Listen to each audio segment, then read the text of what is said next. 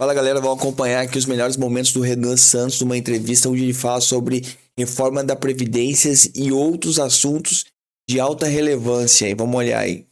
É um regime especial para alguém que está numa situação especial. Isso não é radical, em nenhum termo. Pré-candidato, agora vamos falar um pouquinho de economia. O senhor tem defendido que, se eleito, né, pretende fazer uma série de reformas. Uma delas é a reforma da Previdência. E qual modelo o senhor adotaria, caso fosse eleito? É uma reforma paramétrica. O que eu quero dizer de reforma paramétrica? São sobre os parâmetros que hoje não estão corretos, que envolvem privilégios para o funcionalismo e algumas diferenças de idade para alguns casos especiais. É basicamente isso, é resolver os parâmetros. E estabelecer um gatilho baseado no IBGE para o aumento da idade da aposentadoria. Então, se a idade de sobrevida do brasileiro aumenta-se automaticamente sem precisar fazer uma reforma. É isso. Resolver os parâmetros, porque a última reforma ela foi tão eivada de exceções que ela não foi suficiente, nem de longe. Então, nós precisamos resolver isso. A reforma é um modelo paramétrico. E isso envolveria parâmetros de idade, mas também de serviço público, de serviço privado, como que seria? Com certeza do serviço público, que o serviço público é o maior beneficiado nas exceções. Quando começa a história dos evangélicos no Brasil? Tem um momento que é o próprio De longe.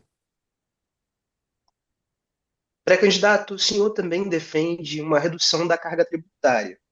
E aí, diante disso, eu lhe questiono se o senhor é favorável à manutenção do imposto sobre valor agregado, como foi aprovado na reforma tributária de 2023, ou o senhor pretende alterar esse modelo? Eu sou muito realista. Tento ser realista em tudo e vou com vocês, vou ser o mais honesto possível. Eu defendo a redução da carga tributária, dito isso, eu vou conseguir fazer isso no segundo ano após uma reforma fiscal. Sem reforma fiscal não tem reforma tributária. Porque a despesa no Brasil está num processo de estouro. Então, o candidato a presidente que virar e falar, não, não, agora eu vou cortar imposto, tá dodói, tá doidinho, tá falando besteira. Então, não dá para cometer molecagem aqui.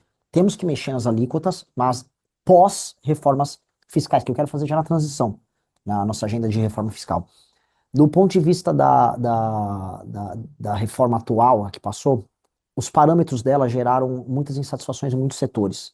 Eu gosto do modelo, eu acho o modelo bom, não acho o modelo do IVA ruim. Acho que o fim das competições entre os estados é bom. A ideia de diminuir todo o trabalho tributário que haverá para você conseguir fazer, por exemplo, pagamento dessas DARFs, né? Não sei como é que é o nome que vai ficar, vai se alterar. Isto posto. E outra coisa que vai beneficiar os municípios produtores, né? A cobrança ser no destino. Acho que isso tem um efeito muito positivo, inclusive para Pacto Federativo. Acho que isso vai ser muito legal para resolver problemas de arrecadação para municípios. Isso tem tudo ser mantido. E aí, alguns benefícios setoriais, isso tem que sentar e conversar.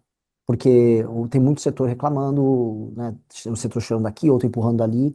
E como houve muito lobby no processo como um todo, você vai ter que corrigir os lobbies que foram feitos. Fora as renúncias setoriais, que também geram muita distorção. Que é uma das coisas que nossa reforma fiscal tem que mexer. São essas renúncias setoriais. Então, o senhor está dizendo que pretende rever os benefícios fiscais para alguns setores econômicos, né? Com certeza. Com Teria certeza. já em mente quais setores?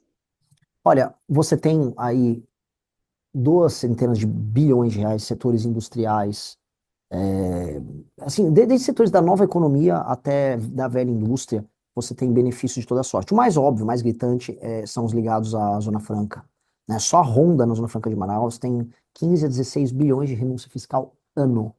Uma empresa em 15 a 16 bilhões. Esse tipo de coisa, né, respeitando vamos dizer, a- um processo de transição, né, um soft landing, tem que fazer um processo de desmame de modelos fracassados. Então a gente vai ter que fazer um processo de desmame, mas que a curva futura não seja na linha de aumento dessas arrecadações, e sim de queda. Então, o que for renúncia fiscal absurda, fraudulenta, tem que ser cortado na hora, e os demais entrar numa curva de queda, começar a fazer transições setoriais. Boa parte daquilo que a gente chamava de indústria automobilística no Brasil vivia através de renúncias, e não funcionou. Saiu agora um mapa dos carros mais consumidos no Brasil, a BYD está dando um baile, né? Chegou agora, então, claramente, mesmo como modelo, as renúncias não funcionam. A renúncia como modelo econômico tem que ser substituída pelo modelo da competitividade. A gente tem que ter agenda de competitividade. Produzir no Brasil tem que ficar mais barato. Para isso, a energia tem que ser barata, a infraestrutura tem que ser funcional, leis trabalhistas têm que ser previsíveis e mais flexíveis. Se não tiver nada disso, e dinheiro barato, claramente. Se você não tiver nada desses elementos que eu falei, pode dar a renúncia que for, que não vai competir com ninguém. Então, isso faz parte de uma mudança na mentalidade do Estado, que é o que a gente precisa fazer. A gente está fazendo o caminho errado da renúncia fiscal. Se você olhar direito, lá desde o período da Sudene, quase 80 anos atrás, a gente está batendo na mesma tecla e está errando. Um misto de protecionismo com renúncia. Isso tem que acabar. Definitivamente tem que acabar. Candidato, o senhor me corrija se eu estiver errado, mas assim, a gente tem lido aí vários perfis sobre o senhor e observado, o senhor tem sido enquadrado como um pré-candidato liberal conservador, né? E tem uma crítica muito recorrente que o campo liberal tem uma dificuldade de traduzir as suas propostas em melhora concreta para aquela população mais pobre, né? Os mais vulneráveis. Como o senhor responderia a essa crítica, né? Do campo liberal não olhar mesmo para o setor mais pobre ali? O que o senhor pensa para essa população? Um exemplo bem claro disso, de que essa assunção é errada, é de que os países que mais reduziram a pobreza no mundo nos últimos 100 anos adotaram políticas que a gente pode chamar de liberais, a começar pela China, a começar pela Coreia. Os maiores, a Índia agora, estão dando um choque de capitalismo, um choque de mercado. Havia a China do Mao Tse Tung, e depois tem a China do Deng Xiaoping, e agora tem a China do Xi Jinping. A nova China, a China que está explodindo, é uma China pró-mercado. É uma China que se liberalizou, mesmo tendo um regime ele em si fechado. Como a Coreia do Sul cresceu? Qual foi o modelo da Singapura, que era um favelão? Então, claramente, políticas pró-mercado funcionam. E no Brasil, a melhor política social chama-se Plano Real. Plano Real foi um exemplo de uma política social que mexeu na inflação, ajudou a debelar a fome. Então, eu não acho que essa crítica ela é uma crítica tola que a esquerda que gosta de trabalhar com luta de classes faz, do tipo, eles não estão olhando por vocês. Isso é meio vazio. E aí basta ver que, né, a gente vem adotando um caminho contrário há muito tempo, e o que o Brasil não teve foi aumento da renda per capita.